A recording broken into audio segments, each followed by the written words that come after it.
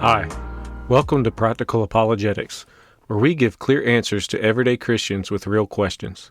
I'm Kenneth Willis. Today, we're asking a foundational question. Not, was Jesus God? Not, did he rise from the dead? Not, is Christianity true? Just this.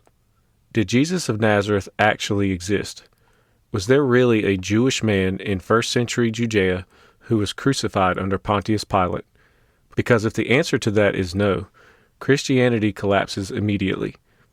Before we jump in, let me tell you exactly where this information is coming from. As always, these sources will be listed in the episode description so you can examine them for yourself. From ancient sources: Annals by Tacitus, Book 15, Chapter 44.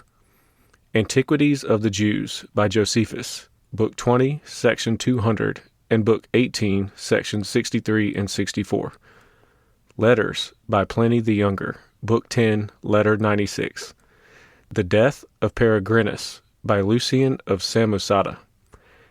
And for modern scholars, Did Jesus Exist? The Historical Argument for Jesus of Nazareth by Bart D. Ehrman. Jesus and the Word by Rudolf Bultmann. The Historical Figure of Jesus by E. P. Sanders. Jesus, an Historian's Review of the Gospels by Michael Grant. Jesus, Evidence and Argument or Mythicist Myths by Maurice Casey.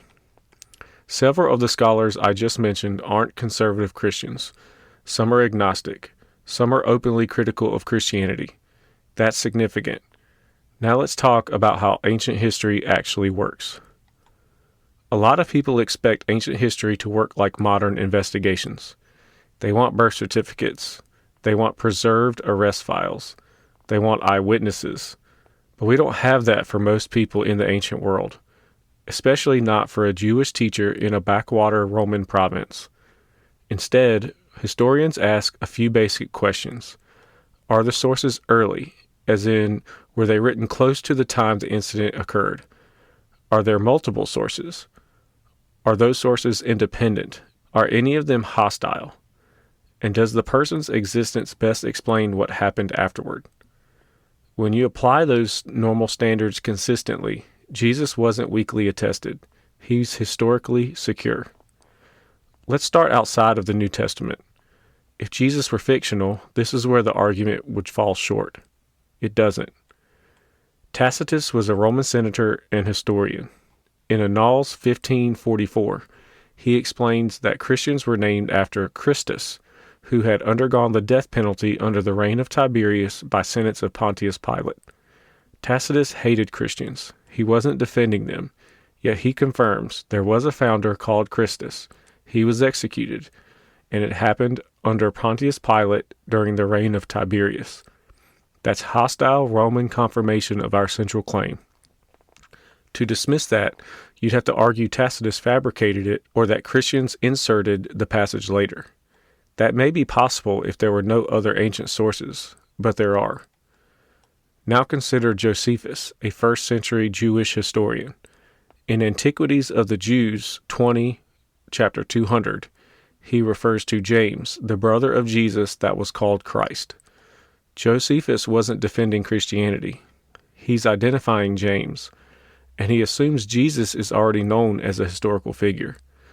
Most modern scholars considered that passage authentic. So now we have a Roman historian and a Jewish historian, both outside of the New Testament, both acknowledging Jesus as a real person. There are other Roman sources as well.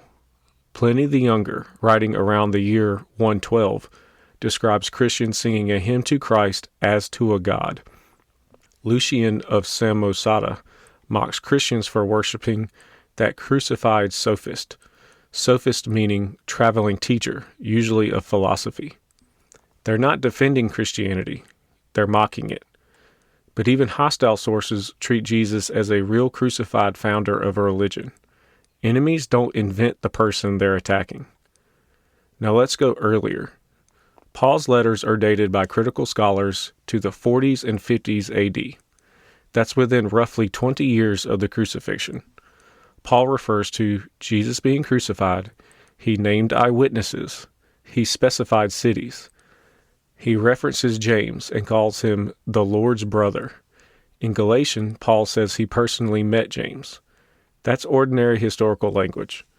To deny Jesus existed, you'd have to believe that within one generation, in the same region, thousands of people invented a fictional, recently living man and nobody corrected them. That's not how movements start. Last week in episode 3, Is the Bible Reliable?, we discussed how ancient historical standards work. So let's apply them consistently. In that episode, we talk about a few of these. Take Socrates. He wrote nothing. We know him mainly through Plato and Xenophon, yet no serious historian claims Socrates was invented. Take Spartacus. Our main accounts come from writers who lived long after he died, yet nobody argues Spartacus was fictional. Take Alexander the Great. Major surviving biographies were written centuries after his lifetime, drawing from earlier sources that no longer survive. Yet no one doubts Alexander existed. If we demand from Jesus a level of documentation we don't demand from anyone else, that isn't history. That's special pleading, and that's bias. By ordinary ancient standards, Jesus is at least as well attested as several figures whose existence no one questions. And this isn't just Christian scholars saying this. Bart Ehrman, an agnostic New Testament scholar, writes in Did Jesus Exist?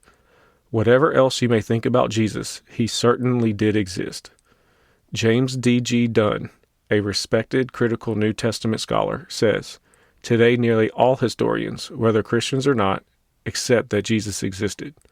Nearly all, not some, nearly all. Rudolf Bultmann said, Doubt about Jesus' existence is unfounded and not worth refutation. E.P. Saunders describes core facts about Jesus as almost beyond dispute. Michael Grant said, No serious scholar has ventured to deny Jesus' existence. These scholars disagree about miracles. They disagree about theology. But they don't seriously dispute that Jesus existed. So, did Jesus exist? Yes. By the normal standards historians use for every other ancient figure, his existence is beyond reasonable dispute. You can reject his divinity. You can reject his miracles. You can even reject his resurrection. But denying his existence requires a level of skepticism that would do away with much of ancient history. Next episode, we move to the real controversy, the question of all questions, the question upon which the entirety of the Christian faith is based upon. Did Jesus rise from the dead? I can't wait to get into that with you. Remember, faith isn't believing without evidence.